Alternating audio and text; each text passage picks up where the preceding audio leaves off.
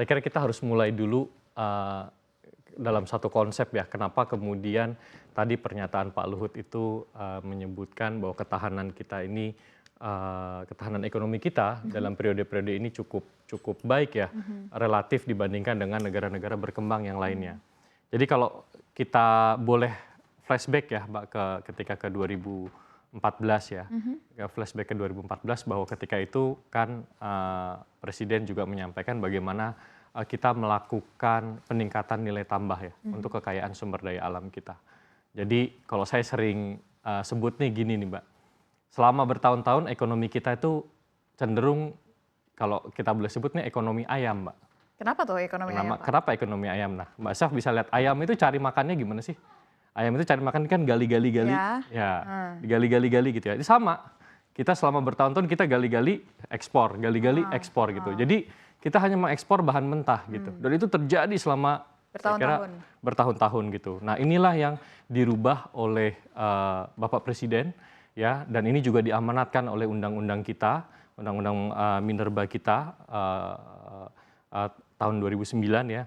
Ini sudah diamanatkan gitu. Jadi menurut saya transformasi yang dilakukan, yang dieksekusi sejak zaman periode Pak Jokowi itu adalah bagaimana kita melakukan nilai tambah, ya nilai tambah atas bahan mineral yang kita miliki, bahan mentah kita miliki menjadi ke sesuatu yang lebih berharga.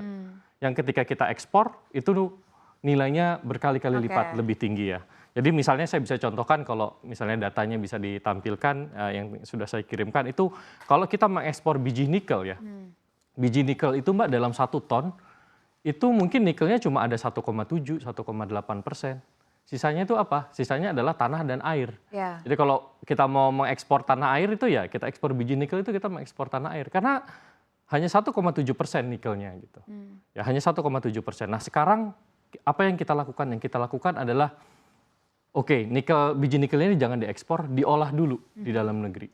Diolah dulu di dalam negeri supaya nilai tambahnya ini menjadi lebih tinggi. Sekarang yang udah kita bangun dengan baik itu adalah ekspor besi baja. Jadi besi baja itu kita ekosistemnya saya kira sudah sangat lengkap di Indonesia, bukan hanya turunan pertama, NPI dan VNI, tapi juga turunan kedua, turunan ketiga itu sudah sangat lengkap ya. Nah, kenapa kemudian bisa dari Tiongkok ini masuk ya? Karena ada satu, dulu kalau kita lihat ketika zaman biji nikel ini masih bisa diekspor, Mbak ya. Jadi mungkin bisa lihat di slide nomor 3 ya, sebelum yang slide ini, yang ditunjukkan ini, 96% biji nikel kita itu diekspor kemana? Ke Tiongkok. Ya, China. 96% biji nikel kita diekspor ke Tiongkok. Jadi sekarang apa yang kita lakukan? Oke, kita tidak lagi perbolehkan ekspor biji nikel, ya ini bisa dilihat datanya 96%. Di 2019, di 2018 bahkan 97%, 2017 juga kira-kira sama gitu. Jadi saya juga bingung kalau ada kemudian statement seorang ekonom bilang, wah sekarang ini semuanya dikuasai Cina. Loh, ketika kita mengekspor biji nikel, ini semuanya ke Cina juga gitu. Sekarang apakah posisi kita lebih baik dengan kita melarang nikel ini? Jelas lebih baik. Kenapa? Karena instead of ini barang dikirim di Cina, kita bilang ini diproses dulu. Nah kenapa kemudian banyak investor Cina yang masuk? Karena mereka yang pada saat ini ya, teknologi untuk pengolahan biji nikelnya salah satu yang terbaik di dunia. Jadi kita mendapatkan teknologi salah satu yang terbaik di dunia. Oke, jadi dapat dikatakan memang sebenarnya kita sedang berusaha untuk tidak lagi mengekspor raw material, begitu kan? Dengan artian akhirnya kita mengundang China datang ke sini, investasi di sini untuk bisa merubah raw material tadi menjadi satu barang jadi, begitu, Mas Pak Seto. Tapi ya ini, saya juga ingin mengutip dari ekonom yang menyatakan bahwa memang benar biji nikel yang kita jual itu harganya bahkan lebih rendah dari seharusnya gitu. Kalau misalkan di China itu dijual di $80, kita menjual ke China $34. Ya, mungkin harus melihat datanya ya. Ini kan supply and demand ya. Ketika kita larang ekspornya biji nikel ini, Mbak, ya otomatis supply-nya di dunia kan berkurang. Ya kan, otomatis harga di dunia itu pasti akan meningkat. Tapi ketika biji nikel itu dibuka, harganya tidak akan beda jauh dengan dalam negeri. Itu bisa dilihat nanti mungkin datanya ketika biji nikel itu kita masih perbolehkan ekspor itu tidak ada perbedaan yang signifikan. Jadi sekarang apa bedanya? Bedanya adalah kalau kita proses biji nikelnya di dalam negeri, kita dapatkan apa? Kita dapatkan angka ekspor yang lebih tinggi. Nanti saya akan tunjukkan, dan itu tadi yang Pak Luhut sampaikan, itu berpengaruh terhadap ketahanan cadangan devisa kita, balance of payment kita, current account deficit kita menjadi lebih kecil. Yang kedua, kita dapat employment, Ya. ya kan? Kalau ini biji nikelnya dikirim ke Cina, yang dapat employment yang Ya. mana? Cina Tenaga kan? kerja kita nggak kepake. Iya, tenaga kerja gimana? Yang kedua, UMKM kita bisa hidup. Karena apa? Mbak bisa bayangkan di Morowali mungkin lebih dari 60.000 orang, kan mereka di sana butuh makan. Artinya apa? Suplai beras, suplai ini. Jadi semuanya ekosistemnya itu hidup. Saya ambil contoh di WDB yang baru kita bangun ya. Selama 1,5 tahun terakhir dari 2001 sampai 2022 itu kira-kira ada 25 triliun pembelian lokal yang mereka lakukan. Ya. Nah itu tidak akan terjadi kalau biji nikelnya ini kita Ya. ekspor ke Cina gitu. Ya. Jadi saya kira hal-hal seperti ini yang harus dilihat dan dicermati lebih komprehensif gitu ya, sebelum memberikan komentar-komentar yang menurut saya tidak berdasarkan data yang benar. Oke, mungkin kami juga ingin meminta klarifikasi nih Pak, karena kalau berkaitan dengan Morowali, ini kan pertemuan antara Pak JK dan Pak Luhut pada saat itu dalam satu event begitu ya. Pak JK mengatakan bahwa tukang lasnya aja di Morowali dari China. Itu satu yang ingin saya konfirmasi, karena harusnya sebenarnya kalau berdasarkan riset harusnya tenaga kerja asing ini adanya di sektor konstruksinya, bukan di pekerja kasarnya. Jadi ini sebenarnya seperti apa nih tenaga kerja asing ini di dalam negeri ini berada di level mana? Itu pertama. Kedua, lalu kita juga kan memberikan kebebasan pajak hingga 30 tahun untuk China. Apakah ini bukanlah bentuk kerugian negara? Sedangkan kita bisa lihat bahwa dengan adanya komoditi boom belakangan ini, pajak negara kita surplus, harusnya bisa dapat dari situ tuh. Nah, bagaimana nih Pak Seto melihat hal ini? Iya, jadi pertama soal tenaga kerja ya. Jadi memang kalau dalam fase konstruksi, porsi tenaga kerja dari asing itu akan lebih besar. Kenapa? Karena peralatan, mesin-mesin segala macamnya memang difabrikasi di sana.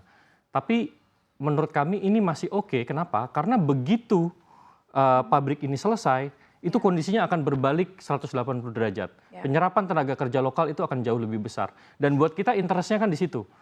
Kita nggak mau pabriknya selesai lama-lama dong pembangunannya. Kita mau pabriknya cepat selesai, dia beroperasi, dia berkontribusi terhadap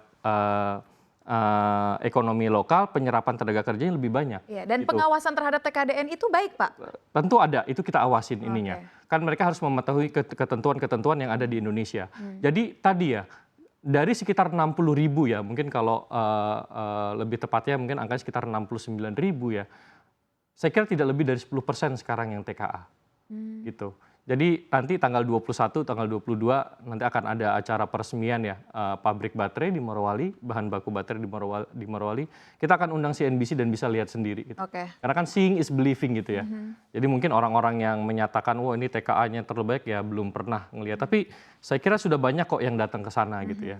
Jadi saya kira itu adalah satu hal yang perlu ditegaskan ya, bahwa nggak benar kalau misalnya tenaga kerja asingnya itu jauh lebih besar. Dan bukan hanya itu Mbak, di Morowali kita membuat politeknik untuk melatih tadi ya lulusan-lulusan SMA yang ada di lokal supaya tadi dia siap kerja. Jadi ketika dia lulus 3 tahun dia langsung diserap sama industrinya ini gitu. Dan itu juga bagian dari upaya kita untuk meningkatkan SDM gitu. Jadi tidak benar misalnya wah kita impor besar-besaran TKA, saya kira enggak. Yang kedua, dalam hal tadi ya, untuk pengembangan bahan baku baterai ya. Jadi ada satu pabrik bahan baku baterai, dia mulai bangun di 2018. Dari 2018, dia sudah kirimkan lulusan-lulusan S1 kita ambil S2 di Tiongkok. Jadi ketika mereka pulang, pabrik baterainya selesai, mereka ini yang mengoperasikan.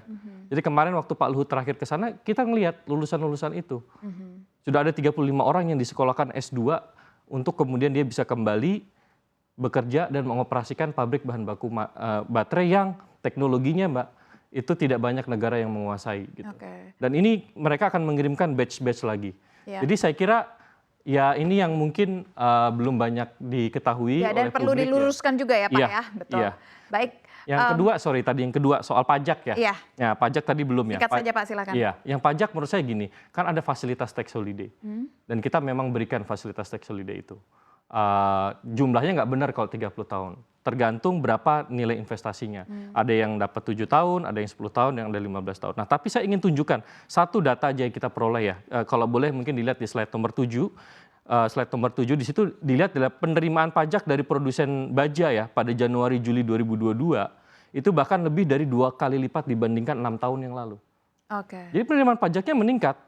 Ada muncul PPh 21, PPh badan, PPN dalam negeri, PPN impor, bisa dilihat di sini. Meningkat semua kok. Gitu. Jadi tidak benar kalau tidak ada kontribusi pajaknya. Gitu. Jadi ini juga sekali lagi mungkin ya berbicara tidak dengan fakta gitu menurut saya.